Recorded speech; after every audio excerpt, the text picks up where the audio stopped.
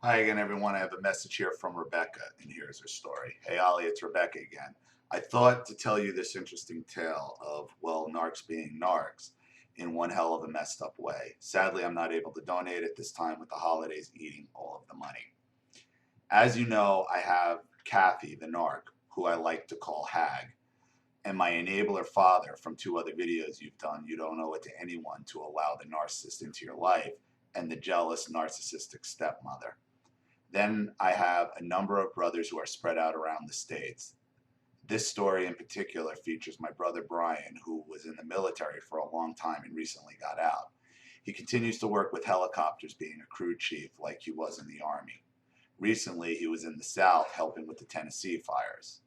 During this time, however, his wife Lindsay is taking care of their three kids, two teen boys and a toddler daughter, getting their real estate flipping business off the ground, and going to school so she can become a real estate broker.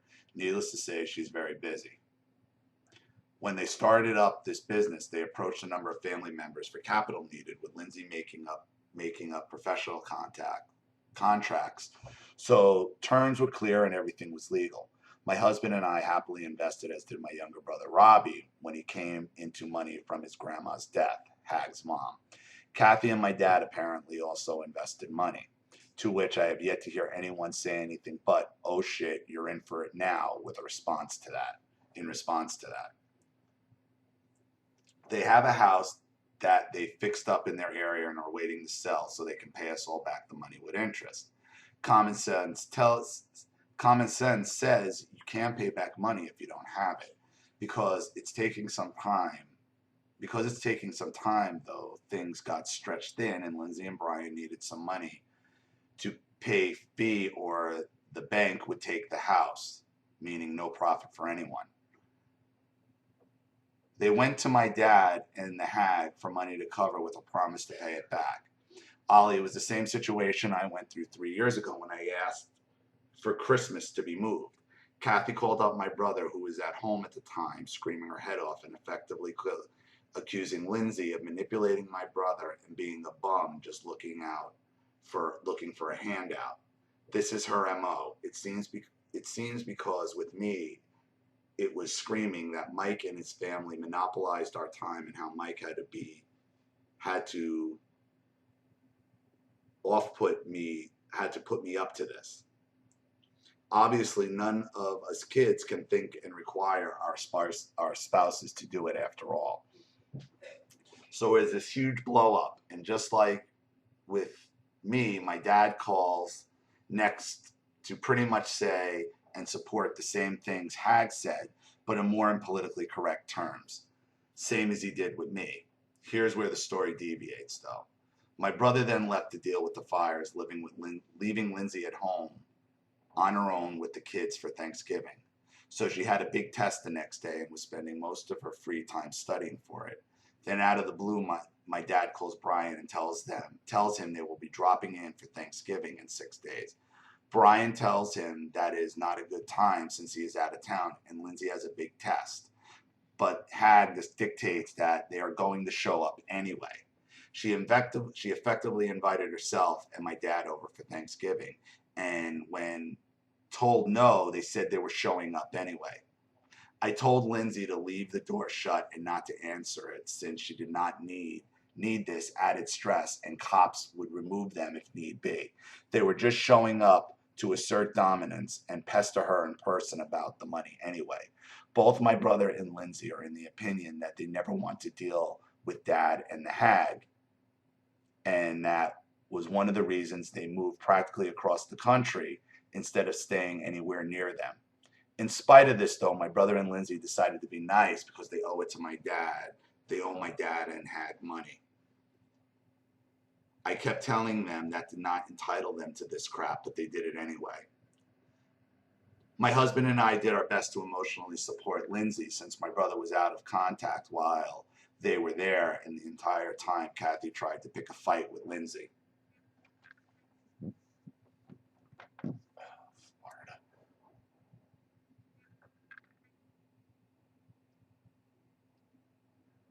She asked constantly about the money, and then latched on the topics like politics, religion, and anything else she could get her hands on.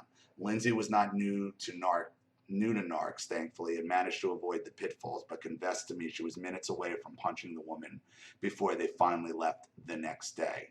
Yes, not only did decide to have dinner, but told Lindsay when they arrived they would be staying the night.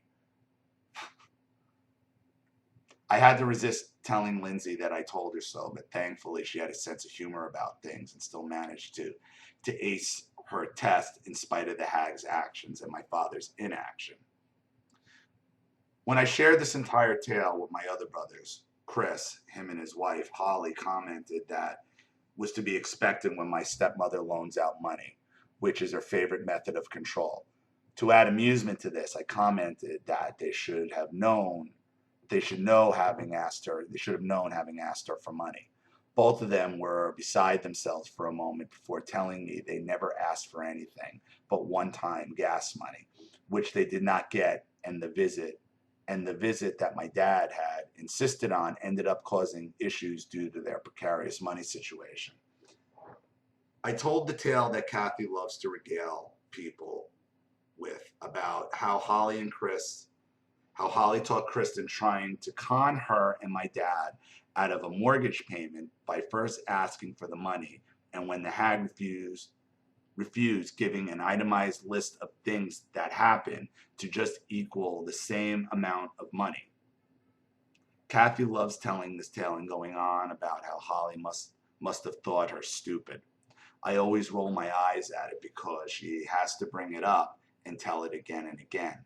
Just like any incident of child wrongdoing I or us siblings did. Your insight on this situation to pass on to my siblings would be very welcome. Well, this is pretty cut and dry. As long as your siblings are there to be an audience for her, this is going to continue.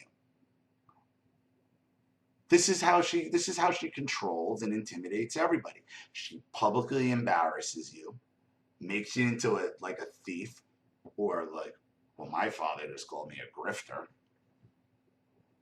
This is the MO.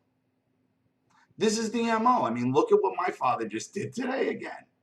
Bringing up things that I'm a thief, I'm a grifter, I'm scamming people. This is how narcissists get ahead. And if you give them the opportunity by taking their money, no matter how much you need it, this is the pitfall you set yourself up for. Nobody shows up at my house, tells me they're going to slip. What? I don't care what I owe you or what you lent me. There are terms. Is there anywhere in the contract that says you can show up here and harass me? No. I highly doubt that, unless she's a very bad contract writer. This is only going to get worse and worse and worse. Okay, your father allows it. Your sister-in-law, her husband is out fighting wildfires in Tennessee, one of the more dangerous things you can do. I think it's already killed those fires, like 14 people. Firefighters get killed all the time. All the time. And your parents go there not to lend support, to pick on her, to put her down, to hit her up for money, call her a thief, and probably survey everything in the house of what they're doing, what they're saying. Look, the only advice I could give to you and to your siblings is, as long as you keep these people around, this is how it's going to be. But I would tell your sister-in-law, Lindsay, she is going to push you to a level where you're past the point of almost knocking her out and actually knocking her out. And once that happens, you've crossed the threshold. You've given them the supply they always wanted, having you arrested and real control. Real control. That's what they want. That's what they always want. You're not getting through to this woman. There is no getting through. The second they opened the door, the second Lindsay opened the door, it was over with.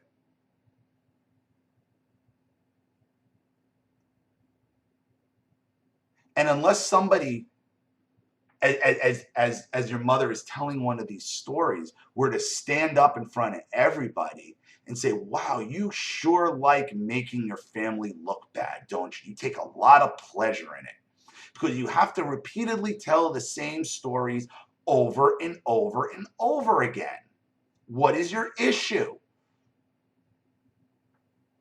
That's not even worth it, because that's just going to lead you further down the rabbit hole.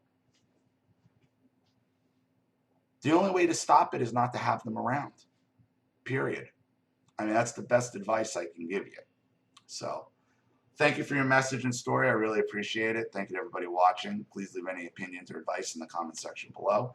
And again, if you want your story read on the channel, you have a topic you'd like me to cover, or a narcissist you'd like to expose, you know what to do with the PayPal and my email links in the description box. I'll have the video right back to you. This is Ollie Matthews. Thanks for watching. See you all again soon.